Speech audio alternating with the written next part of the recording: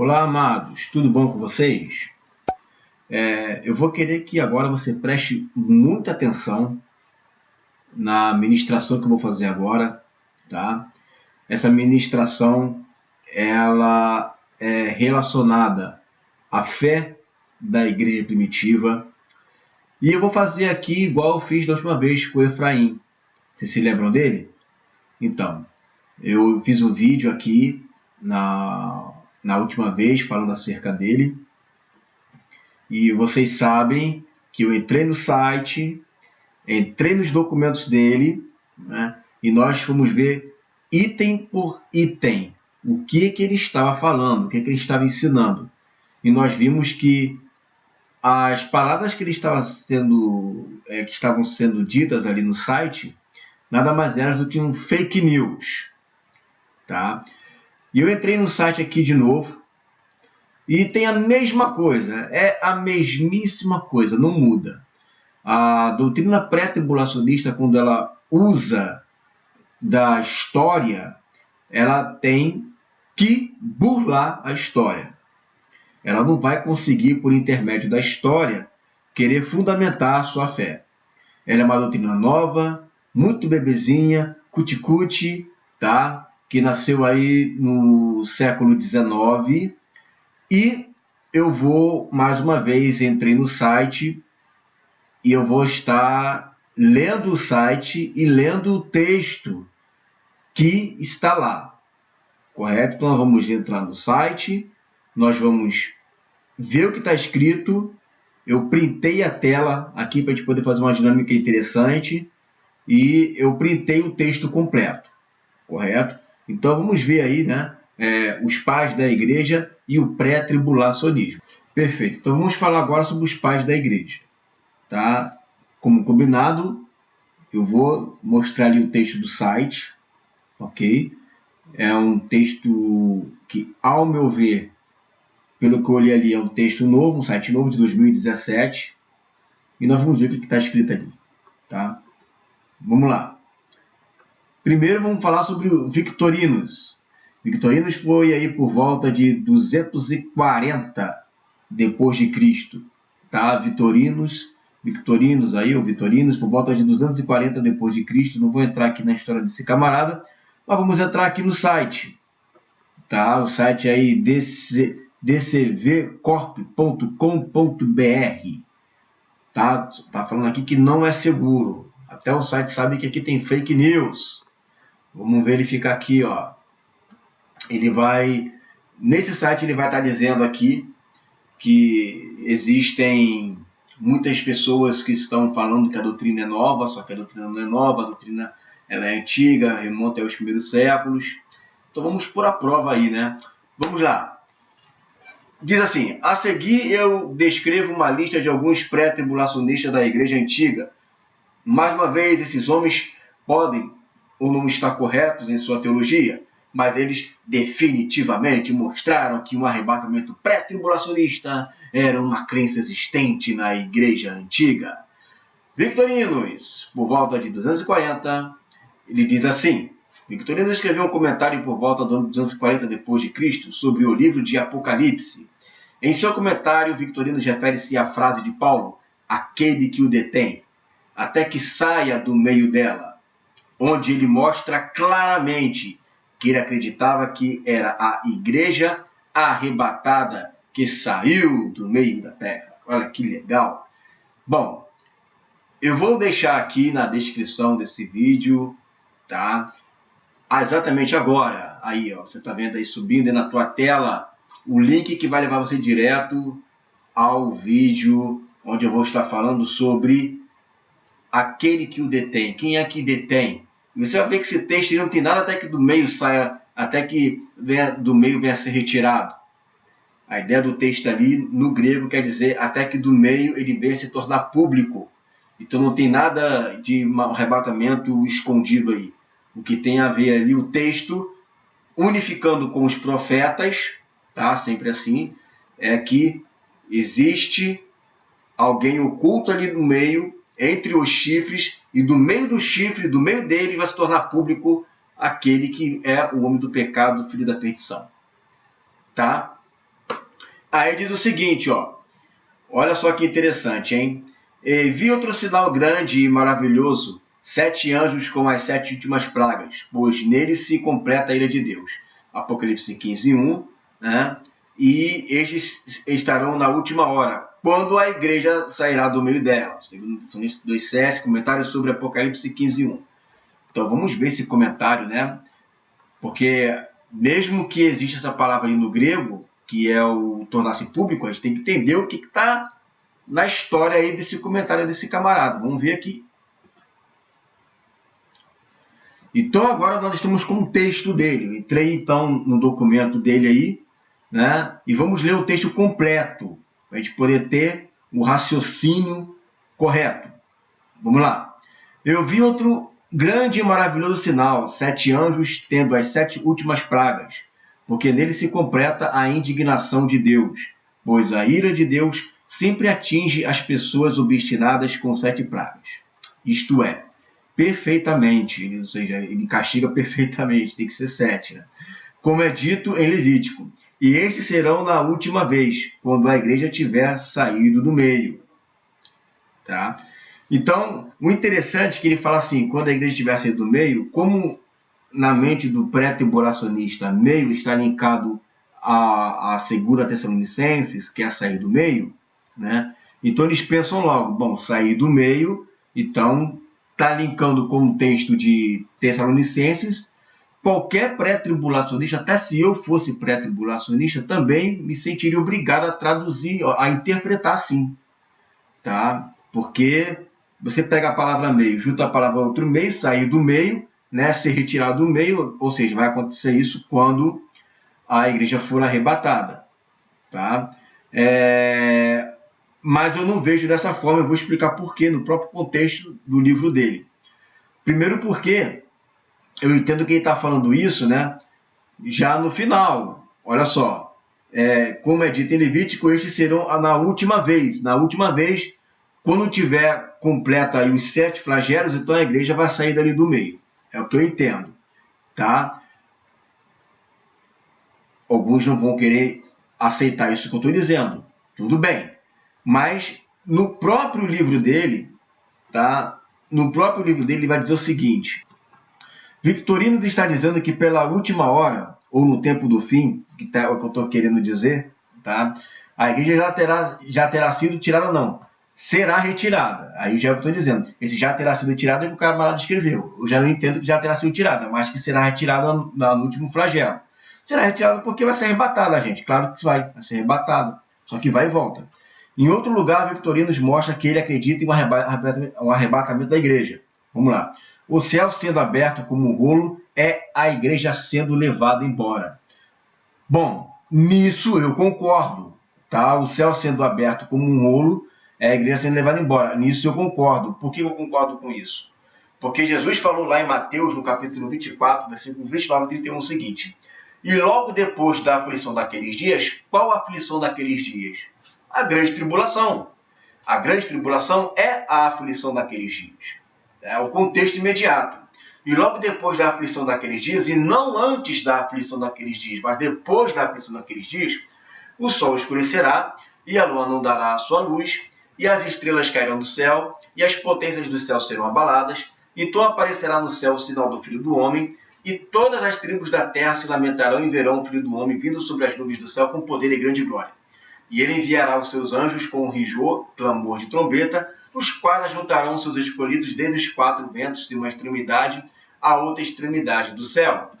Isso tem a ver com o texto que ele está interpretando, que é de Apocalipse 6:12, que diz assim, e havendo aberto o 6º selo, olhei e eis que houve um grande tremor de terra, e o sol tornou-se negro, como um saco de silício, e a lua tornou-se como sangue, e as estrelas do céu caíram sobre a terra, como quando a figueira lança de si os seus figos verdes abalada por um vento forte. E o céu retirou-se como um livro que se enrola, e todos os montes e eles foram removidos dos seus lugares. Ou seja, é o mesmo texto, é o mesmo evento, e esse camarada aqui está corroborando, dizendo que a igreja vai ser arrebatada nesse momento. Se ele está dizendo que a igreja vai ser arrebatada nesse momento, ele está dizendo que a igreja vai ser arrebatada quando? Depois da aflição daqueles dias. certo? Porque o texto é esse, não tem outro texto. Qual é o texto que fala que o céu vai ser o céu sendo aberto como um rolo? O texto é Apocalipse 6,12, o texto é Joel capítulo 2, o texto é Mateus capítulo 24. Joel capítulo 2 fala da vida do noivo saindo para se encontrar com a noiva. Então, ele está dizendo aqui que esse arrebatamento vai acontecer quando a igreja for levada embora, né, no céu, quando o céu for sendo aberto como um rolo. Então, ele está dizendo que a igreja vai ser arrebatada depois da grande tribulação. O texto da Bíblia que ele está utilizando fala depois da aflição naqueles dias. Agora, temos que resolver essa questão aqui, né? Aquele que o detém, né?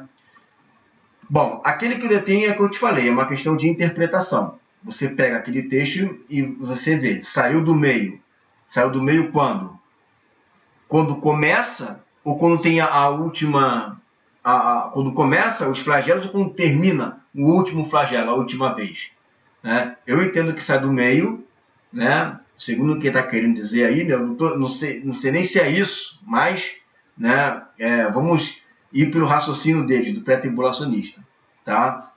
Eu entendo que esse sair do meio ali, né, tem a ver com a igreja sendo arrebatada no final do último flagelo. E tem que ser assim, porque se você for pegar aqui o próprio texto dele, olha o que ele vai dizer aqui.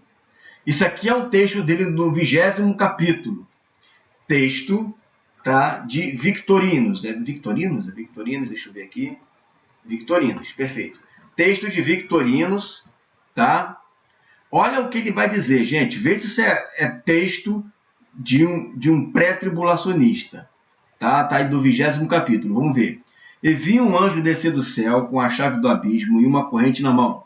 E ele segurou o dragão, aquela antiga serpente, que é chamada de Diabo e Satanás, e o amarrou por 1000 anos, e lançou-o no abismo, e o encerrou e selou sobre ele, para que ele enganasse as nações não mais, até que os 1000 anos sejam concluídos. Depois disso, ele deve ser solto por um pouco de tempo. Aqueles anos em que Satanás está preso estão no primeiro advento de Cristo. Veja que a doutrina do amilenismo, ela é realmente antiga. Ela é antiga, mais antiga do que 1000 anos mais antiga do que o pré-tribulacionismo. Né? Olha só.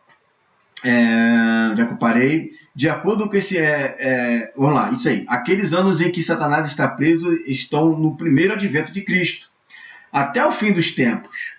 E eles serão chamados 1000 anos, ou 1000, né? De acordo com esse modo de falar, em que uma parte é significada pelo todo, assim como essa passagem. A palavra que ele ordenou por 1000 gerações. Embora que sejam 1000, além disso, ele diz, e ele o lança no abismo. Ele diz isso porque o diabo é excluído do coração dos crentes. Olha que interpretação doida. Começou a tomar posse dos iníquos, e cujos corações cegados dia a dia ele é calado como se em um profundo abismo. E ele encerrou, diz ele, e selou sobre ele, para que ele não enganasse as nações, até que os 1000 anos fossem concluídos. Ele fechou a porta em cima dele. Isto é, ele proibiu e restringiu a sedução daqueles que pertencem a Cristo. Além disso, ele colocou um selo sobre ele, porque está oculto, que pertence ao lado do diabo. E aquele que é de Cristo, porque não sabemos daqueles que parecem estar de pé, se não caírem, e dos que estão abaixo, é incerto se eles se levantarão. Cara, a igreja sempre creu no livre-arbítrio, esse negócio de calvinismo nunca existiu. Esse pensamento calvinista é tudo do século XVII, cara, impressionante. Por isso que eles são amantes da reforma, que se forem antes da reforma não vai ter base nenhuma. Nenhum camarada cria numa pessoa que era eleita, nunca ia perder sua ação. Isso aí é mentira das piores, cara. Não tem base na história da igreja. Nem os hereges criam assim. Vamos continuar. É só um parênteses, tá? Além disso, ele colocou um selo sobre ele, já falei sobre isso aqui.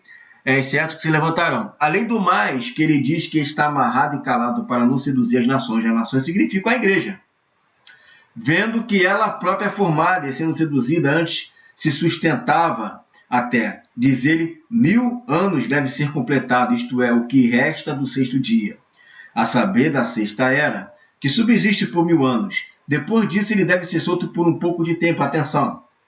A pequena estação significa 3 anos e 6 meses, nos quais, com todo o seu poder, o diabo se vingará sob o anticristo contra a igreja. Na interpretação de Victorinos, ele diz que assim que acabar os 1000 anos, vai restar um pouco de tempo. Esse um pouco de tempo são os últimos 3 anos e meio da semana de Daniel. E aí, o diabo vai se vingará sob o anticristo contra a igreja.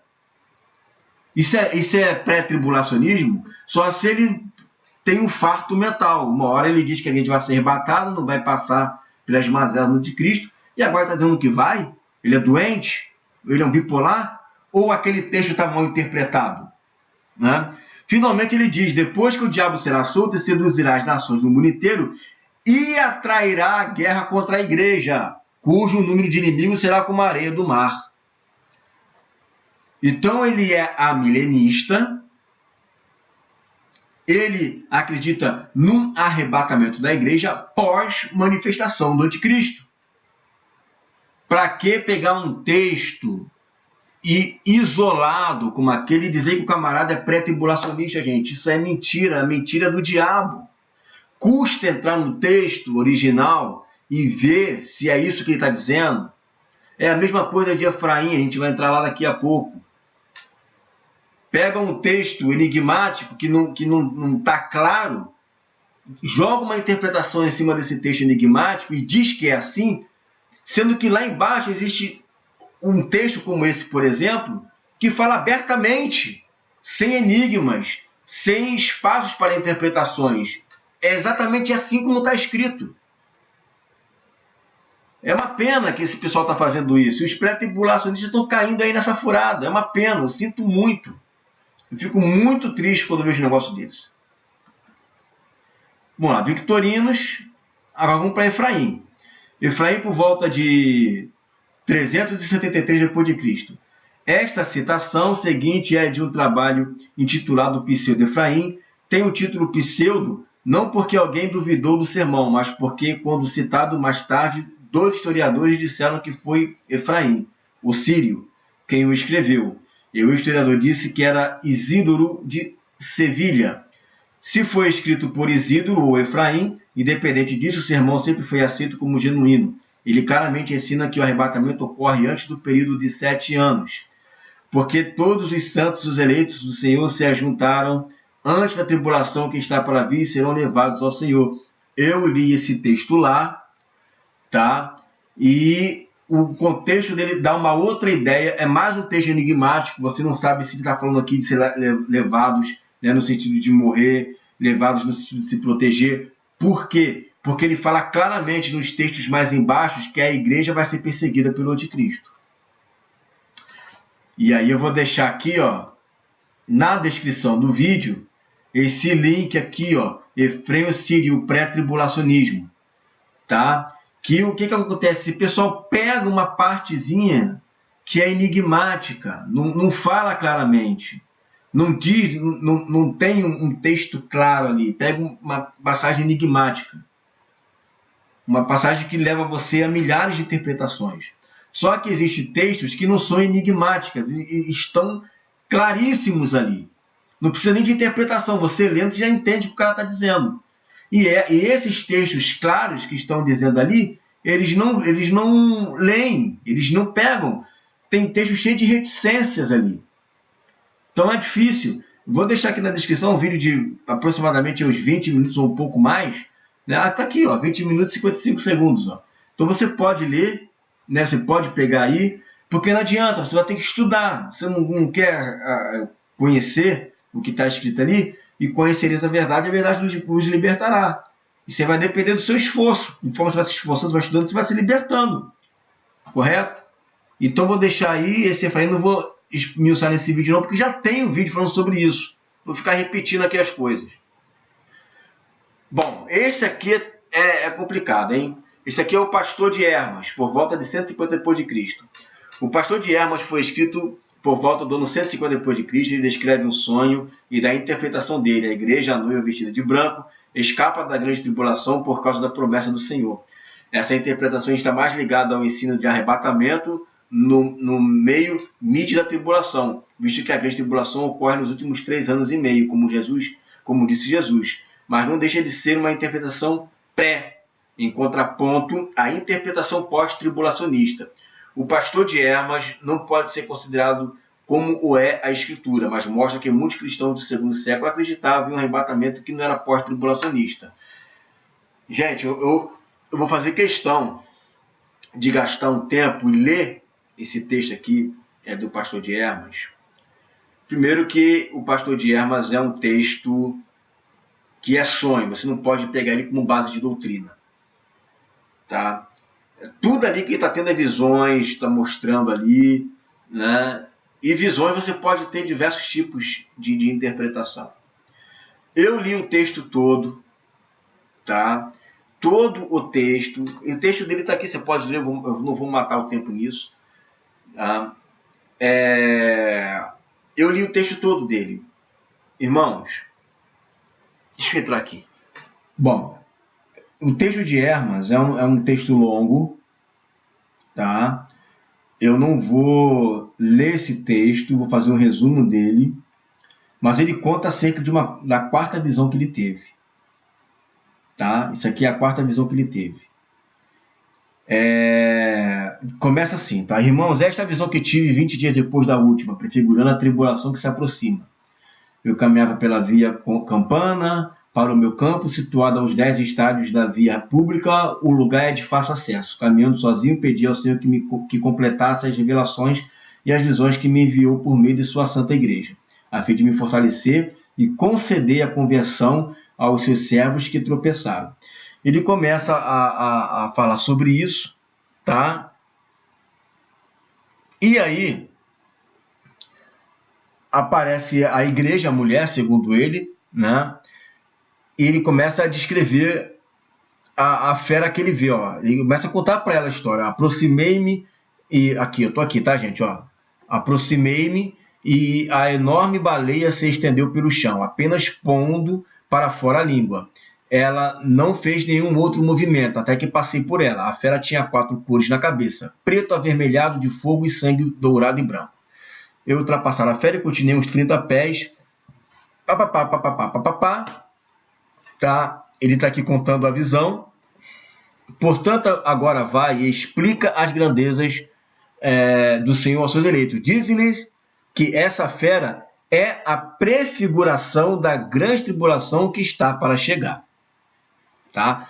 Então, ela explica para ele que aquela baleia, né, que colocou a língua para fora e tudo mais, né, essa tão grande fera, né, que seria capaz de aniquilar os povos e tal, isso era uma grande prefiguração que estaria para chegar.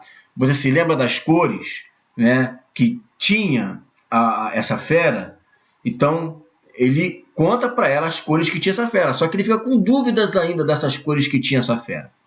Né? Aí olha só aqui, ó. Vamos lá. Perguntei-lhe então sobre as 4 cores que a fera tinha na cabeça. Ela me respondeu: estás novamente curioso a respeito dessas coisas? Eu lhe disse: sim, senhora. Dá-me a conhecer o que significa isso. Ela disse: escuta, a cor negra é este mundo em que habitas. O avermelhado de fogo e sangue quer dizer que este mundo deverá perecer pelo fogo e pelo sangue.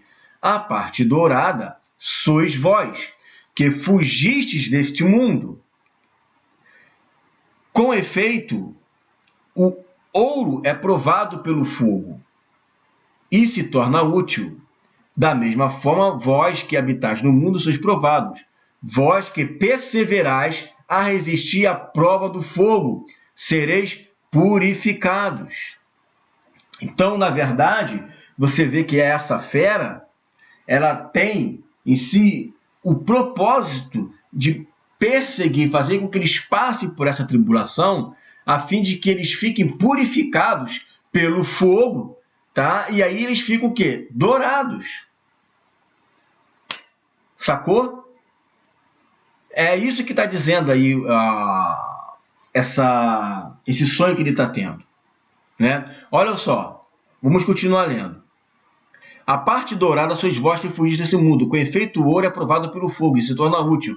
Da mesma forma, vós que habitais no mundo sois provados, vós que perseverais e resistis à prova de fogo, sereis purificados, assim como o ouro deixa sua escória. Vós também deixareis toda tristeza e angústia, e sereis purificados e úteis para a construção da torre. A parte branca é o mundo que se aproxima, aonde habitarão os eleitos de Deus, pois os eleitos de Deus, para a vida eterna, serão puros e sem mancha.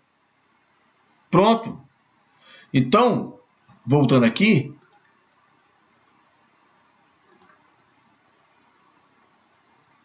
agora podemos ler o que está escrito aí.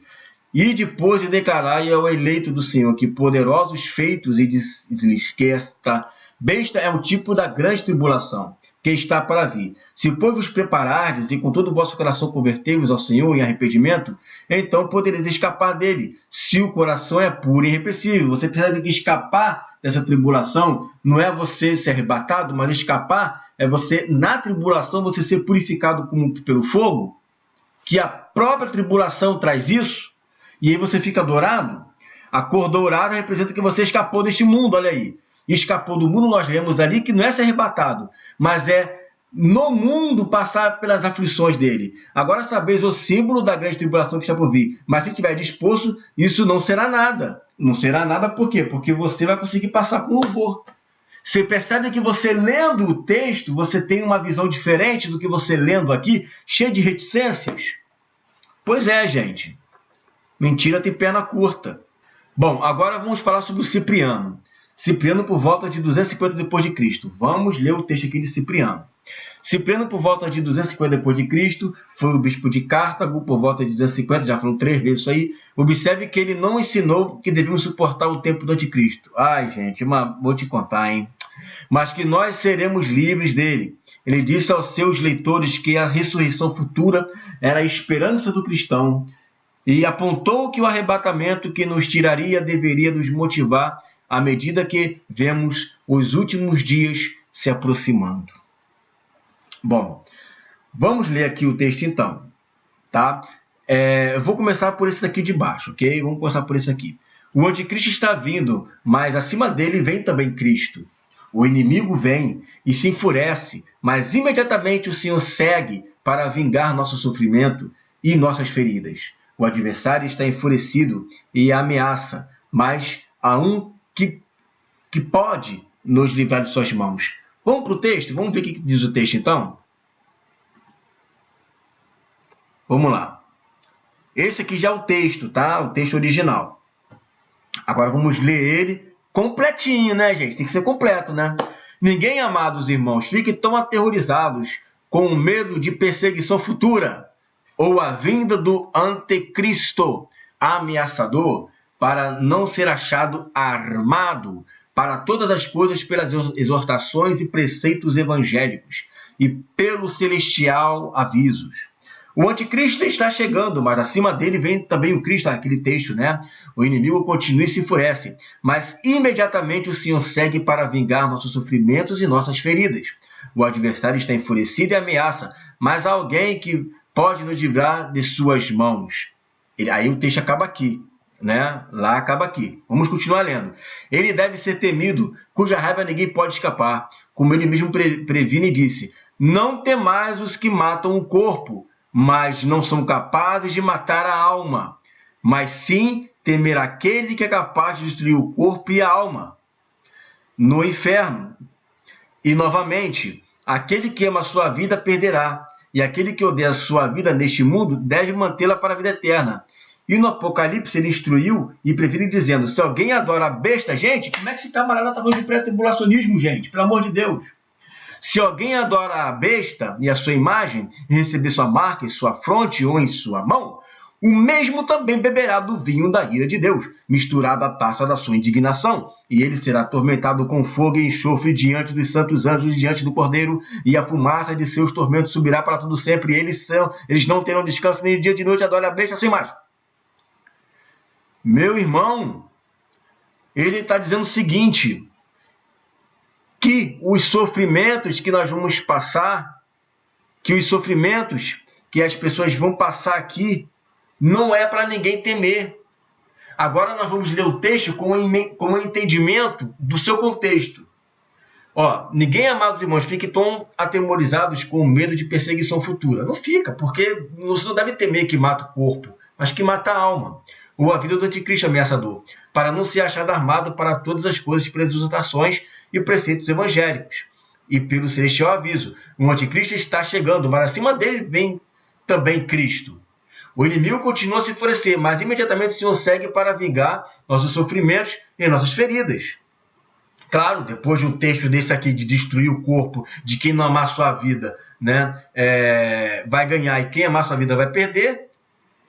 Quem não amar sua vida e perder a sua vida, o Senhor vai vingar nossos sofrimentos e nossas feridas. O adversário está enfurecido e ameaça, mas há alguém que pode nos libertar de suas mãos. Como é que o Senhor vai nos libertar de suas mãos? A partir do momento em que Jesus voltar e ele, por fim, gente, nos libertar de suas mãos. Esse grupo de cristãos estavam na mão do inimigo. Eles estavam morrendo, eles estavam sendo perseguidos. Diz o texto, alguém adorar a besta, sua imagem. O que ele está dizendo ali? Ele está colocando textos de pós-tribulação, irmãos. É texto de pós-tribulação. Olha o que ele coloca no final. Para a disputa secular, os homens são treinados e preparados. Eu considero uma grande glória de sua honra se lhe fosse coroado à vista do povo e na presença do imperador. Contemple uma grande disputa, gloriosa, também com a recompensa de uma coroa celestial, na medida em que Deus olha para nós enquanto lutamos e, estendendo sua visão sobre aqueles a quem ele concedeu para fazer seus filhos, ele aprecia o espetáculo de nossa competição. Deus nos vê na guerra e luta no encontro da fé. Seus anjos olham para nós e Cristo para nós. Quão grande é a dignidade e quão grande é a felicidade da glória se envolver na presença de Deus e ser coroado com Cristo como juiz. Sejamos armados, amados irmãos, com toda a nossa força e sejamos preparados para a luta com uma mente incorrupta, com uma fé sã, com uma coragem devotada. Deixa o acampamento, ele continua falando ali. Cara, ele não é igual os pré-tribulacionistas, que é um calça frouxa. Falou em besta, falou em anticristo, começa a cagar nas calças. Começa a dar uma de peidorreiro. Não, tá vindo o anticristo? Força, coragem, o Senhor vai nos dar a incorruptibilidade. Vamos embora, nós vamos vencer, nós vamos conseguir. Você percebe a diferença? Esse texto aqui, que fala de nos livrar das mãos dele, claro que ele vai nos livrar das mãos dele, porque quando o Senhor voltar, ele vai aniquilar o iníquo. Nos livrar da mão, já está na mão do inimigo, porque está escrito que ele vai perseguir a igreja, que ele vai destruir o poder do povo santo. O contexto explica isso. Não tem por que ele usar um texto falando sobre pessoas que negam a marca da besta para um contexto que, segundo ele, se refere a uma igreja que vai ser arrebatada antes da manifestação do anticristo. Correto? Agora, você só vai ter esse entendimento se você for lá ler o texto, porque se depender dessa cambada aí, eles vão pegar apenas uma partezinha do texto e não vai mostrar o real sentido do negócio. Eu já estou aqui bastante tempo, eu vou parar esse vídeo aqui agora e vou falar sobre o Irineu de Leão, que está no site deles, tá? No nosso próximo vídeo. O vídeo está ficando longo e eu não quero estender. No nosso próximo vídeo eu vou continuar falando aí. Agora eu vou falar sobre Irineu de Leão. Ok, queridão? Vai para o próximo vídeo aí.